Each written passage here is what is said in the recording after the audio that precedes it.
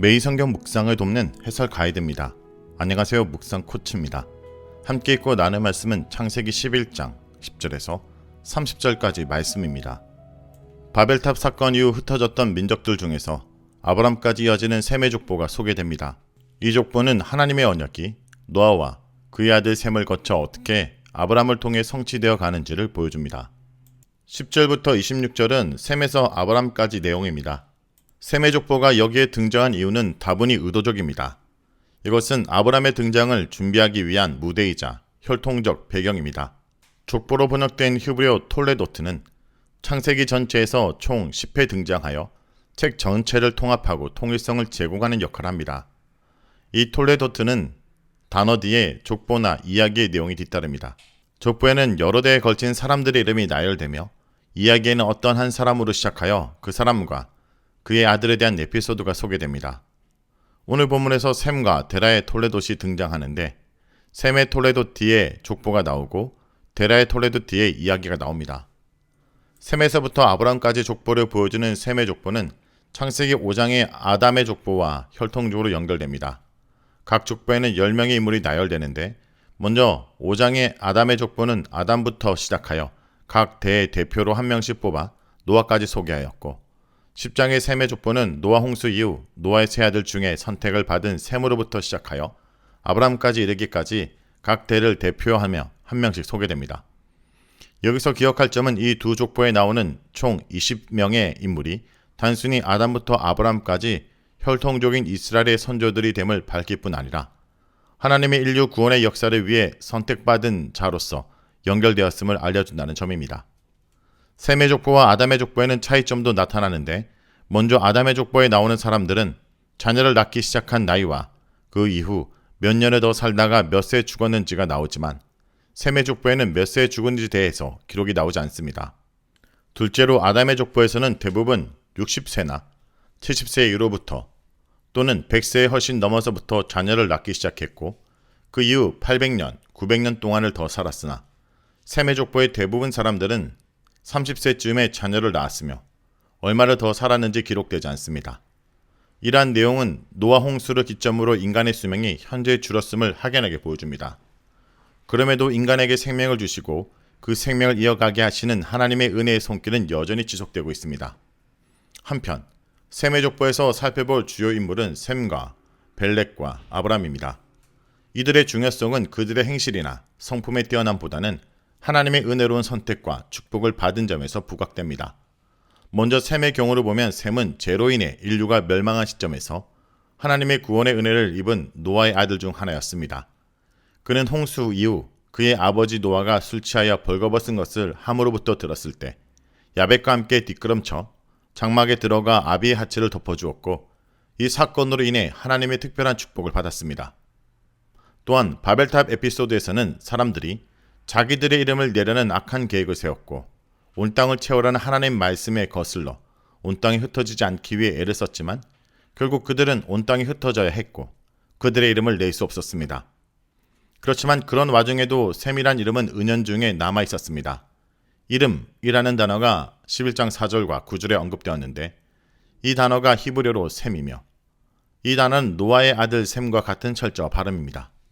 그러므로 10장에 소개된 함과 야벳과 셈 중에서 셈 이름만 11장의 바벨탑 사건과 셈의 족보에서 계속 언급되고 있다는 셈입니다.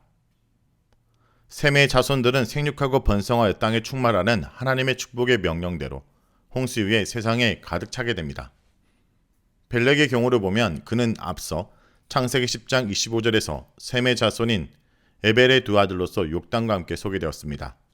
그런데 10장에서는 욕단의 자손만을 소개하고 벨렉에 대해서는 아무런 언급이 없었습니다.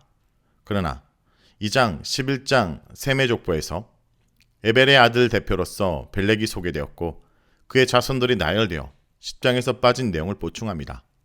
이것은 단순히 빠진 내용의 보충만이 아니라 에벨의 아들 중에서 욕단이 아닌 벨렛이 아브람에게 이어지는 혈통의 근본이 되었다는 점을 밝혀줌으로써 하나님의 벨렉을 향한 은혜와 선택을 암묵적으로 드러냅니다. 아브람의 경우 그에게 나타난 하나님의 은혜로운 선택과 축복은 먼저 노아의 세 아들 중에서 하나님께 선택받은 셈의 자손으로 그리고 벨렉의 자손으로 태어났다는 점입니다. 또한 아브라함은 하나님의 직접적인 선택과 부르심을 통하여 하나님으로부터 자손과 땅과 복을 주겠다는 언약을 받았고 후에 육체적으로 이스라엘 민족의 조상이 됩니다.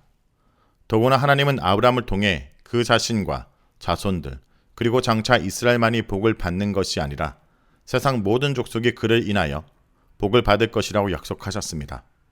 그 결과 아브라함은 현재에도 믿는 자들에게 있어 영적인 믿음의 조상으로 여겨집니다. 이와 같이 셈의 족보는 궁극적으로는 이스라엘 백성이 하나님의 은혜롭고 세밀한 계획과 선택으로 말미암아 탄생된 백성임을 보여주며 하나님이 그의 선민 이스라엘 조상으로 아브라함을 선택하셨음을 기록으로 증명하는 역할을 합니다. 27절에서 30절은 데라의 아들 아브라함입니다. 데라의 톨레도 뒤에 이야기가 따라오는데 먼저 데라를 중심으로 한 이야기가 11장 27절에서 32절까지 나오고 12장 1절에서 25장 11절까지는 아브라함을 중심으로 이야기가 전개됩니다. 이와 같이 데라의 이야기는 짧게 나와 데라와 그의 아들들과 그들의 가족을 소개하고 그가 아브라함, 롯, 사라와 함께 수메르인들의 주요 도시인 갈대우르를 떠나 가나안 땅을 향해 오는 과정, 그리고 데라의 죽음에 대해 기록합니다. 이로써 데라의 이야기는 앞으로 전개될 가나안 땅에서의 아브라함의 이야기에 대한 배경을 제공합니다. 한편 아브라함의 이야기는 하나님의 선택과 부름을 받아 이스라엘 민족과 믿음의 조상이 되는 내용을 기술하고 있습니다. 이 내용은 무려 14장에 걸쳐 나와서 분량에 있어서도 창세기에서 중요한 비중을 차지하고 있습니다.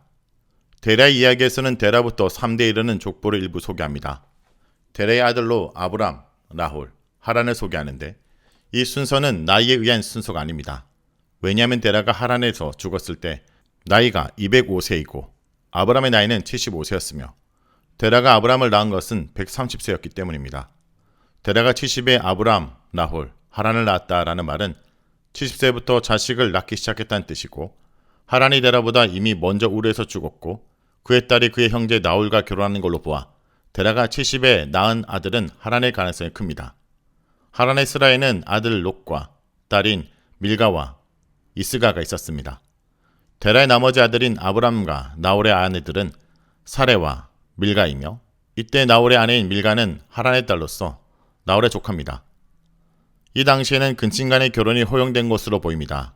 반면 사레는 임신하지 못해 자식이 없다는 설명이 나오는데 이는 셈의 계보의 마지막을 장식한 아브람의 대가 비어있음을 뜻하여 긴장감을 줍니다. 사레의 불임에 대한 언급은 생명의 탄생이나 하나님이 선택한 셈의 자손들의 탄생이 결혼의 자동적 결과가 아니라 하나님의 전적인 은혜와 계획하에 이루어졌음을 암시합니다. 또한 앞으로 일어날 사레의 임신과 이삭의 출생에 대한 복선의 역할을 해줍니다. 성도 여러분, 셈의 족보는 단순히 아브람의 계보를 보여주는 것이 아니라 언약의 신실한 하나님의 은혜와 섭리를 보여줍니다.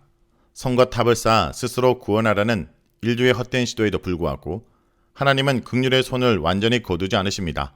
세상의 혼란과 흩어짐 속에서도 셈의 5대선 벨렉과 그의 아들 르우를 통해 은혜의 역사가 이어지게 하시고 하나님의 이름을 잊고 다른 신을 경배하던 데라에게 아브람을 주신 후 그를 불러 언약의 백성의 조상이 되게 하십니다.